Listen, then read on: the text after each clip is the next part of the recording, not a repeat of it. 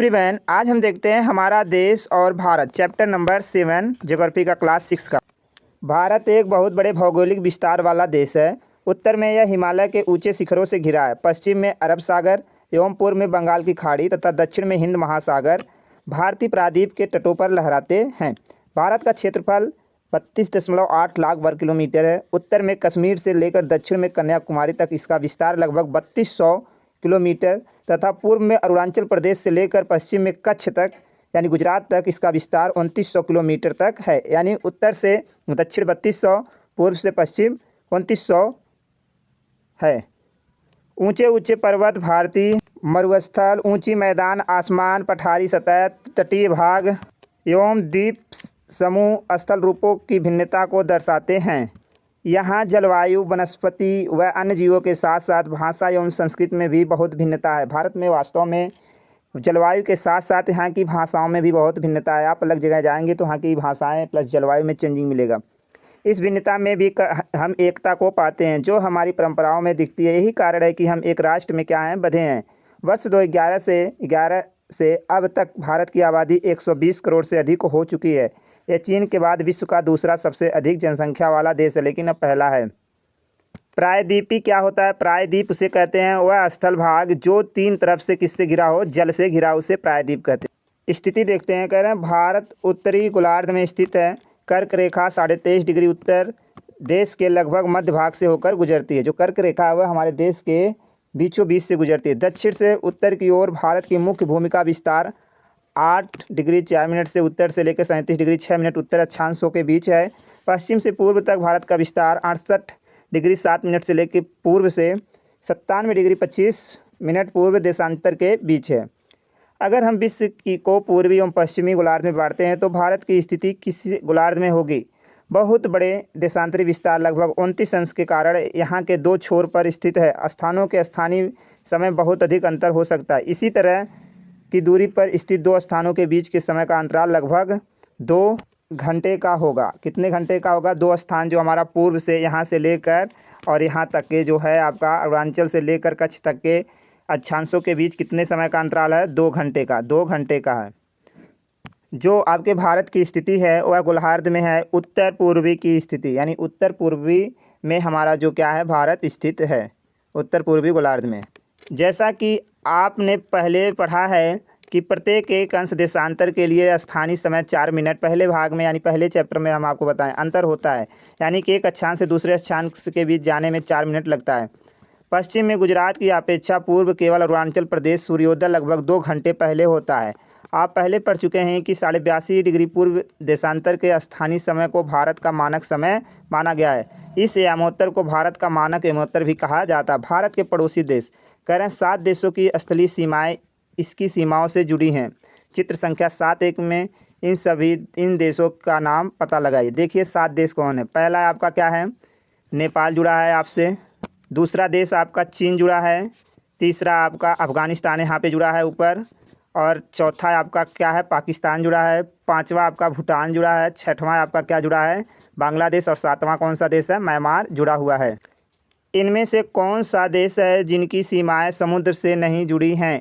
दक्षिण में समुद्र में स्थित 2 द्वीप श्रीलंका तथा मालदीव हमारे पड़ोसी हैं। पाक जल संधि भारत को श्रीलंका से अलग करती है। यहाँ पे आपकी पाक जल संधि है जो श्रीलंका और भारत को क्या करती है? अलग करती है। ऐसे कौन से देश हैं जिनकी सीमाएं समुद्र से नहीं जुड़ी हैं? तो आपका भूटान है, नहीं जुड़ा है समुद्र से। नेपाल है जिससे सीमा नहीं जुड़ी। यहाँ पे अफगानिस्तान है, इसकी भी सीमा नहीं जुड़ी है। और सब देश से जुड़ी है। पाकिस्तान से यहाँ जुड़ी है, बांग्लादेश से यहाँ जुड़ी है, म्यांमार से यहाँ जुड़ी है, चीन की भी सीमा इधर से यहाँ जुड़ी है। ठीक है, तो आपके कौन है? अफगानिस्तान, नेपाल और भूटान की सीमा जो है समुद्र से नहीं जुड़ी है। भारत का राजनीतिक एवं प्रशासनिक विभाजन, कह रहे हैं भारत एक विशाल देश है। प्रशासनिक क्रियाओं के लिए देश को 29 राज्यों और 7 केंद्र शासित प्रदेशों में बांटा गया है। यहाँ पे देखिए कलर में आपको मैप दिया गया, कह रहे हैं पर्वतीय प्रदेश। पर्वतीय प्रदेश इस कलर में जो है ऊपर, यहाँ पे ये सब क्या है? पर्वतीय प्रदेश हैं। ठीक, ये क्या है? पठारी। जो पीले में है ये सब यहाँ पे पठार है अधिक से अधिक। जो हरे हैं हल्का वो क्या है? आपके मैदानी क्षेत्र हैं। यहाँ पे क्या है? उपजाऊ भूमि है जहाँ पर खेती होती है। यहाँ पे आपका लक्षद्वीप है और यहाँ है आपका अंडमान निकोबार द्वीप समूह, यानी 2 द्वीप समूह हैं।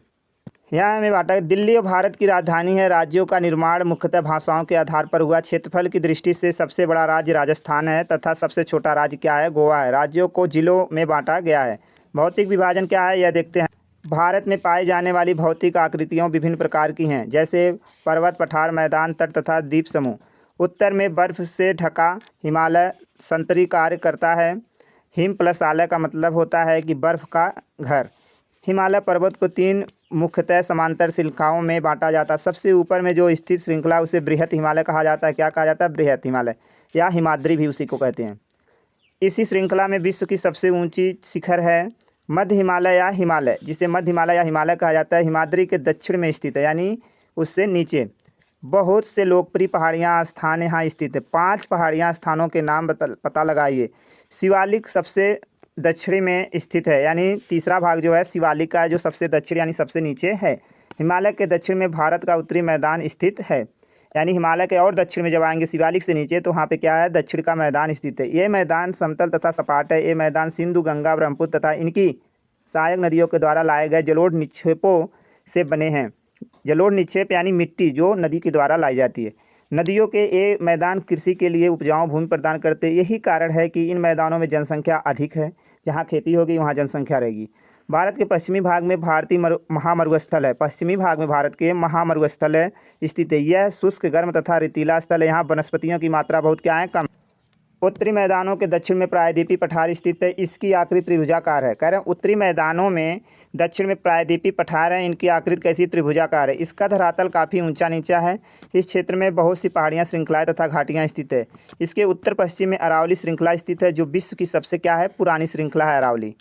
विंध्य एवं सतपुड़ा भी महत्वपूर्ण श्रृंखलाएं हैं। इन श्रृंखलाओं से होकर नर्मदा तथा ताप्ती नदियाँ बहती हैं, यानी विंध्य और सतपुड़ा पहाड़ी यानी श्रृंखलाओं से नर्मदा और ताप्ती नदियाँ क्या होती हैं? बहती हैं। ये पश्चिम की तरफ बहने वाली नदियाँ यानी नर्मदा और ताप्ती किससे बहती हैं? पूर्व से पश्चिम की तरफ, जो अरब सागर में गिरती हैं। कहाँ गिरती हैं? अरब सागर में गिरने वाली नदियाँ कौन है? नर्मदा तथा ताप्ती।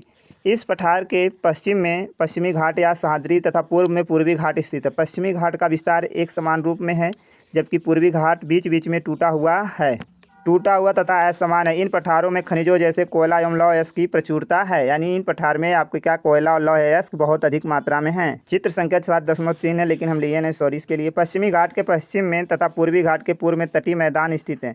पश्चिमी तटीय मैदान काफ़ी सक्रिय हैं। पूर्वी तटीय मैदान अपेक्षाकृत क्या हैं? चौड़े हैं। जो पूर्वी तटीय मैदान है वह चौड़े हैं।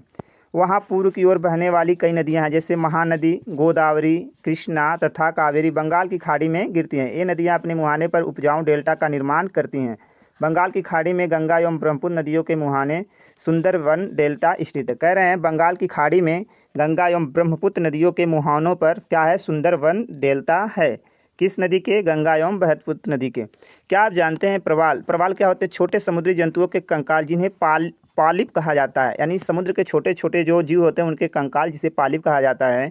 जब जीवित पालिप मरते हैं तब उनका कंकाल बच जाता है।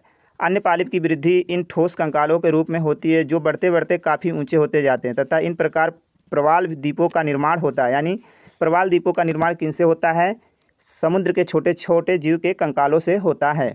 भारत में 2 द्वीप समूह भी हैं, लक्षद्वीप समूह और अरब में स्थित है। एक केरल के तट से कुछ दूर प्रवाल द्वीप है। कह रहे हैं लक्षद्वीप समूह जो है अरब सागर में स्थित है। यह केरल के तट से कुछ दूर स्थित प्रवाल द्वीप है। प्रवाल द्वीप अभी बताएं प्रवाल कैसे बनते हैं। अंडमान एवं निकोबार भारत से दक्षिण पूर्व दिशा में बंगाल की खाड़ी में स्थित है। क्या आप जानते हैं कि कौन सा द्वीप समूह वर्ष 2004 में सुनामी से प्रभावित हुआ था? समाचार पत्रों तथा लोगों से बातचीत करके जानकारी प्राप्त कीजिए।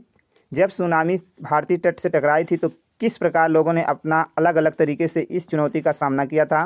सुनामी के एक विशाल सागरीय तरंग जो समुद्र तल पर भूकंप के कारण उत्पन्न होती है। कह रहे हैं सुनामी एक विशाल सागरीय तरंग होती है जो समुद्र तल पर भूकंप के कारण उत्पन्न होती है।